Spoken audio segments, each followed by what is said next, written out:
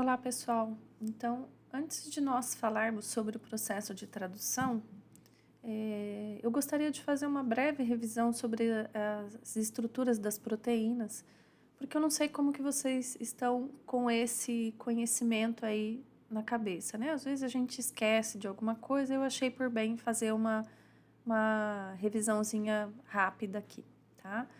Então, uma coisa que a gente precisa ter em mente é que as proteínas elas vão exercer a sua função interagindo com outras moléculas-alvo, tá?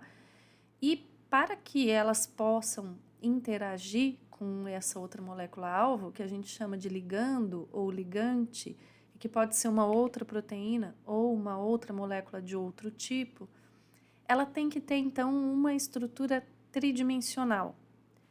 Ou seja, ela não pode ser bidimensional, ela tem que ter altura, largura e profundidade. E adquirir essa estrutura tridimensional, então, é algo que tem que acontecer da maneira correta, certo? Porque se a proteína não adquirir a forma que ela tem que ter para se encaixar com o seu ligando, então ela não vai conseguir exercer a sua função corretamente. Observando que aqui nesse desenho a gente vê que não é só uma questão de encaixar uma molécula com a outra, mas de permitir com que sejam feitos ajustes. Essas barrinhas cor-de-rosa aqui são interações químicas que fazem o ajuste dessa ligação. A analogia que eu sempre faço com os alunos de graduação é uma tampa de uma garrafa, que você rosqueia, que você fecha rosqueando. Então, não basta você colocar a tampa na garrafa. Você precisa rosquear para ela realmente estar fechada. Então, é algo semelhante aqui. Não basta encaixar o ligando com a molécula. Ela tem que permitir essas ligações, essas interações fracas aqui, para que esta ligação, essa interação ligando proteína, permaneça pelo tempo necessário para que aquela função específica seja executada. Então, essa estrutura tridimensional, ela tem que dar esta forma que possibilita o encaixe e também tem que deixar nesse sítio de ligação aqui com esta molécula disponíveis os grupos químicos que vão poder fazer essas interações eletrostáticas aqui que permitem o ajuste da proteína ao seu ligando. Então, esse é um recado que precisa estar muito claro na cabeça da gente sempre. Essa busca da proteína por uma forma tridimensional. Bom, as proteínas elas são constituídas por aminoácidos que têm essa fórmula geral. Todo aminoácido ele vai ser formado por um carbono central, que nós chamamos de carbono alfa, que vai estar ligado a um grupo carboxila, um grupo amino. Esse grupo carboxila ele vai se tornar ácido em ambiente aquoso, por isso que é um aminoácido, um hidrogênio e um radical. Esse grupo radical é o que muda de um aminoácido para o outro. Aqui nós temos uma tabela mostrando a fórmula química dos 20 aminoácidos conhecidos, então a gente pode observar claramente em preto essa parte dos aminoácidos que não varia, né? Carbono alfa, hidrogênio, carboxila e amino para todos eles. E a gente tem em colorido os grupos, o grupo radical. Estão em cores diferentes aqueles aminoácidos que têm características semelhantes. Então, os em vermelho são aqueles aminoácidos que têm uma cadeia lateral apolar. Em azul, nós temos os aminoácidos que têm uma cadeia lateral polar não carregada. Em rosa, os cadeia lateral com grupo positivo. Em verde, os cadeia lateral com grupo negativo. Bom, como que esses aminoácidos são unidos? Então, lembrando brevemente, nós temos aí as ligações peptídicas acontecendo, são ligações covalentes, ligações fortes, que acontecem por desidratação. E essa ligação, ela sempre vai envolver o grupo carboxila de um aminoácido com o grupo amino do outro aminoácido. Então, são esses dois grupos, a ligação peptídica vai ser feita entre esses dois grupos. E sempre, então, vão ser inseridos aminoácidos aqui nessa ponta do grupo carboxila. Sempre aqui né, o grupo amino do aminoácido que está entrando, vai fazer uma ligação peptídica com esse grupo carboxila aqui e vão sendo inseridos os novos aminoácidos. Uma coisa que é interessante a gente observar, aqui, né, claro, nem vou perder muito meu tempo, mas conforme o número de aminoácidos, a gente chama essa cadeia aqui de, se são 2, é um dipeptídeo, se são 3 ou até uns 50, a gente chama de oligopeptídeo, então óligo significa pouco, e cadeia polipeptídica são mais de 50 aminoácidos. É claro que isso é um número, um número de convenção, né? Não é algo que é de nomenclatura. O que eu gostaria de chamar a atenção de vocês é que não importa quantos aminoácidos que eu coloque aqui, sempre eu vou ter, olhando para os grupos que estão envolvidos na ligação peptídica, o grupo envolvido na ligação peptídica que está sobrando aqui na ponta dessa cadeia que está se formando é o grupo amino, e na outra ponta, obrigatoriamente, eu vou ter o grupo carboxila sobrando, tá? Sobrando aí entre aspas, eu tô querendo dizer, ele está livre, né? Ele não está envolvido numa ligação peptídica. Observem que eu posso colocar quantos aminoácidos eu quiser aqui. Eu sempre vou ter uma ponta amino e uma ponta carboxila, que nós chamamos de extremidade amino-terminal ou N-terminal, extremidade carboxila ou C-terminal, tá? A primeira estrutura das proteínas, então, é a estrutura primária, que é dada pela ligação covalente, a ligação peptídica entre os vários aminoácidos que vão compor uma cadeia polipeptídica, certo? Nós temos aqui, quando a gente observa essa molécula que está se formando, a gente percebe uma assimetria nessa molécula. Na parte de cima aqui, que está para cima, né? Nós vemos que são sempre os mesmos grupos químicos, tá? Então, existe uma similaridade aqui nessa primeira parte, nessa parte de cima da molécula aqui, que aqui está identificada como sendo em cima. E aqui nós temos os radicais. E aqui, vejam que daí a gente tem coisas totalmente diferentes de um aminoácido para o outro. E esses grupos radicais, eles têm características diferentes. Alguns são hidrofóbicos, esse e esse aqui são hidrofóbicos. Nós temos alguns que podem, né, ter um grupo hidroxila aqui, então isso fica polar em presença de água. Nós temos aqui, isso é uma ligação química covalente polar, então nós temos uma polaridade aqui. Nós temos um grupo carregado positivamente, 2 grupos carregados negativamente. Então, quando essa cadeia linear ela é formada dentro do ribossomo, ela vai sair por um canal também linear, mas quando ela sai do ribossomo e é exposta ao citosol, o que tem ali é água. E uma vez que tem a água em abundância, então essa cadeia ela não vai ficar linear de maneira nenhuma, tá? E é bom que ela não fique linear. Por quê? Porque nós estamos buscando uma estrutura tridimensional. Uma estrutura tridimensional não pode ser linear, tá? Então, essa cadeia primária, ela não é a proteína funcional ainda. Por quê? Porque ela não tem estrutura tridimensional, ela não tem forma. Mas é o número de aminoácidos, a posição dos aminoácidos, a sequência dos aminoácidos aqui e o tipo dos aminoácidos que eu tenho nessa cadeia que vai definir qual é a forma que esta cadeia polipeptídica vai ter, qual é a forma tridimensional que ela vai ter. Então, esta sequência específica, com este aminoácido hidrofóbico aqui, depois um aminoácido positivo, depois mais 2 aminoácidos hidrofóbicos, um polar, mais 2 negativos, isso vai dar um tipo de dobramento para essa molécula, iniciando a busca por esta forma. Então, esses grupos em água, como eu disse para vocês, saindo do ribossomo, né, ele sai do ribossomo por um canal ainda linear, mas quando ele vai entrando em contato, essa cadeia polipeptídica, vai entrando em contato com o citosol, ela não fica linear. Por quê? Porque eu tenho aqui, por exemplo, grupos hidrofóbicos. E grupos hidrofóbicos de uma molécula em contato com a água, eles não vão ficar em contato com a água porque isso requer um arranjo das moléculas de água. Como não é possível haver uma interação entre as moléculas de água, que tem uma polaridade, né, com essa porção hidrofóbica dessa molécula, Então, isso provoca um arranjo das moléculas de água em volta que eleva a energia do sistema. E tudo no universo sempre está buscando um estado de menor energia.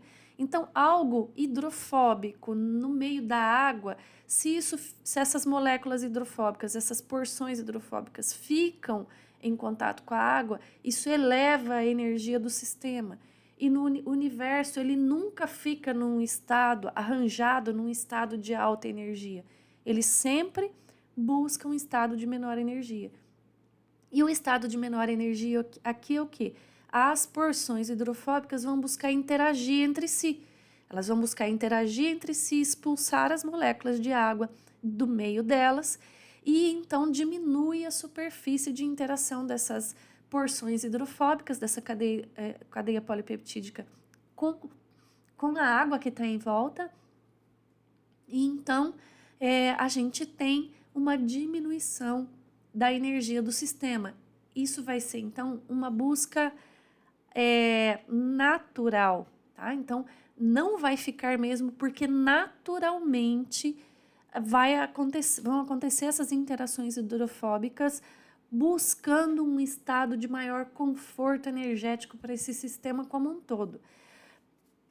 Agora, observem, quando este radical e esses outros dois aqui começarem a buscar interagir entre si para fazer interações hidrofóbicas e se afastar da água, é claro que isso aqui não vai ficar linear, né? Então, vai se formar uma alça. A gente consegue imaginar isso aqui. Que isso, buscando interagir com isso, vão se aproximar, vai fazer uma dobra nessa estrutura linear. E quando essa dobra acontecer, isso que é positivo vai ser aproximado disso que é negativo. E positivo com negativo estabelecem-se interações eletrostáticas.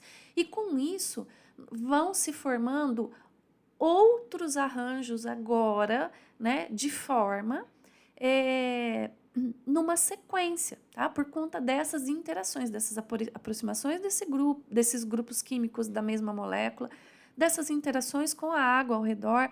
Então, essa molécula vai sofrendo dobramentos e então ela vai adquirindo estruturas tridimensionais cada vez mais importantes. Então, ela começa a adquirir uma estrutura tridimensional na estrutura secundária, onde então as estruturas secundárias que nós mais vemos são as alfa-hélices, tá? Aqui nós temos demonstrando uma alfa-hélice, e então é uma cadeia linear que foi se dobrando por causa de interações hidrofóbicas, por causa de interações eletrostáticas, sempre interações fracas, certo? Interações fracas, ou seja, não são ligações covalentes, nós não estamos tendo compartilhamento de elétrons aqui, são interações que podem ser desfeitas. Então, são formadas basicamente dois tipos de estruturas secundárias, as alfa-hélices e as folhas beta. As folhas beta, elas são como folhas, né? Tem essa estrutura mais achatada, tá? Então, as ligações, elas são feitas assim, olha, tá? Eu sempre gosto de levar para a sala de aula, quando eu digo isso, um material didático que não é possível mostrar aqui para vocês. Talvez eu até grave um filme na minha casa usando, porque realmente o material ajuda a pessoa a visualizar isso no espaço, tá? Mas a gente tem aqui uma alfa-hélice, você pode trazer na sua cabeça um fio de telefone, né? Para você pensar, né, nisso no espaço, e uma folha beta. Então, você pode pensar uma folha de sulfite que você dobre no sentido... Às vezes a gente pega e faz isso, né? Faz uma sanfoninha e você abre. Então, essa seria a folha beta, tá? Eu acho que é uma boa imagem para vocês trazerem. Então, isso ainda não é uma estrutura tridimensional importante, mas você começa a ter um pouquinho dessa estrutura tridimensional. A estrutura secundária, quando a cadeia polipeptídica está nessa estrutura, você ainda não tem funcionalidade, porque você ainda não tem, né, a forma necessária para acontecer o encaixe com o ligando. Isso só vai acontecer a partir da estrutura terciária para algumas proteínas, para outras é necessário ainda uma quarta estrutura.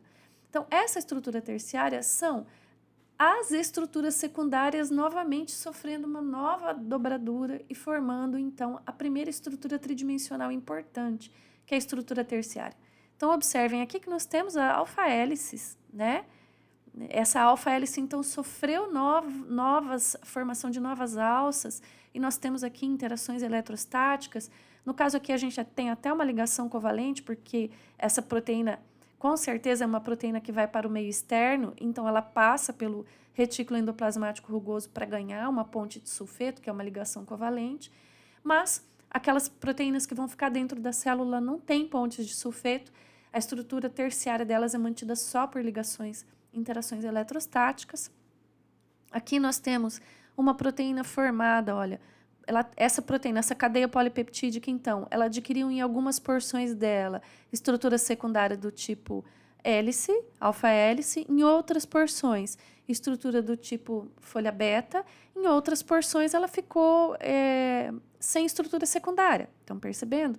E então, essas hélices e essas folhas começam a interagir.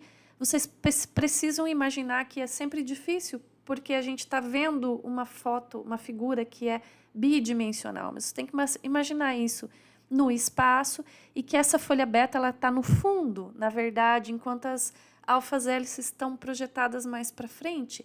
Então, você tem um bolsão aqui no meio, tá certo?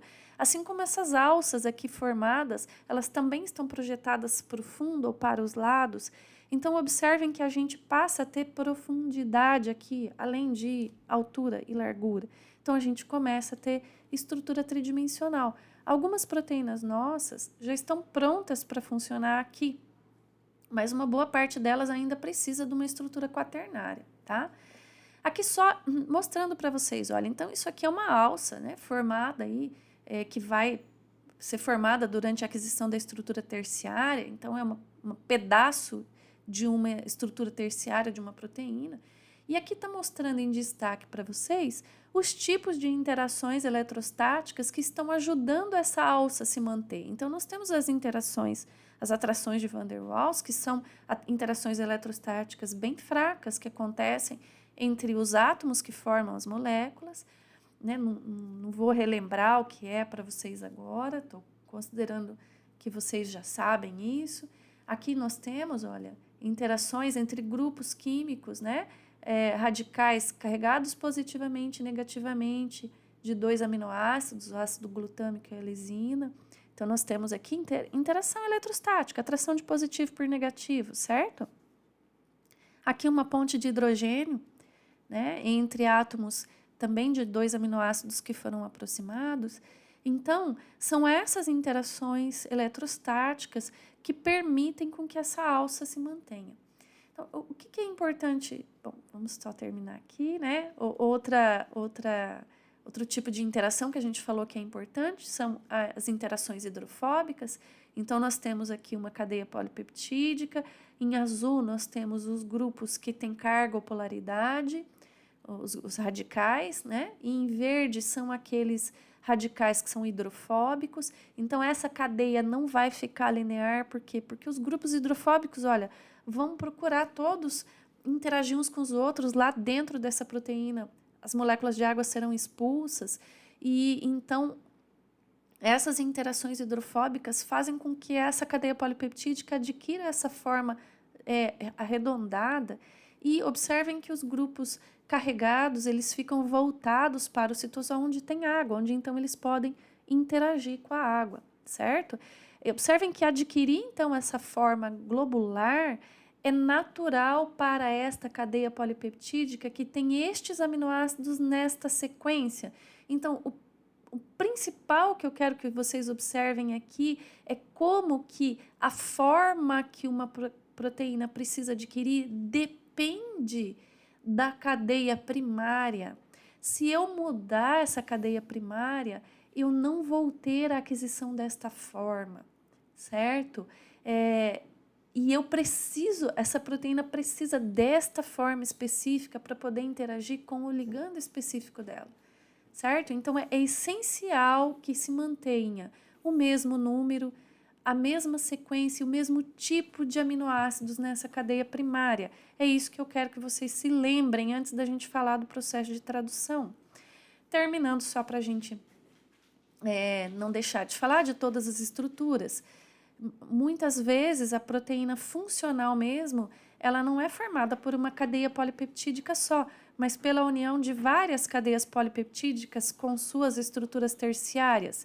É o caso, por exemplo, da hemoglobina, né? Então, a hemoglobina ela é formada por 4 cadeias polipeptídicas, cada uma dessas cadeias polipeptídicas com sua estrutura terciária, mas a hemoglobina funcional é essa que tem as 4 cadeias polipeptídicas. Então, toda proteína que precisa de mais de uma cadeia polipeptídica para funcionar, ela é uma proteína que tem estrutura quaternária, e é a maioria. Isso equivale à maioria das nossas proteínas, tá certo? Só, né, é óbvio, mas é só para a gente reforçar.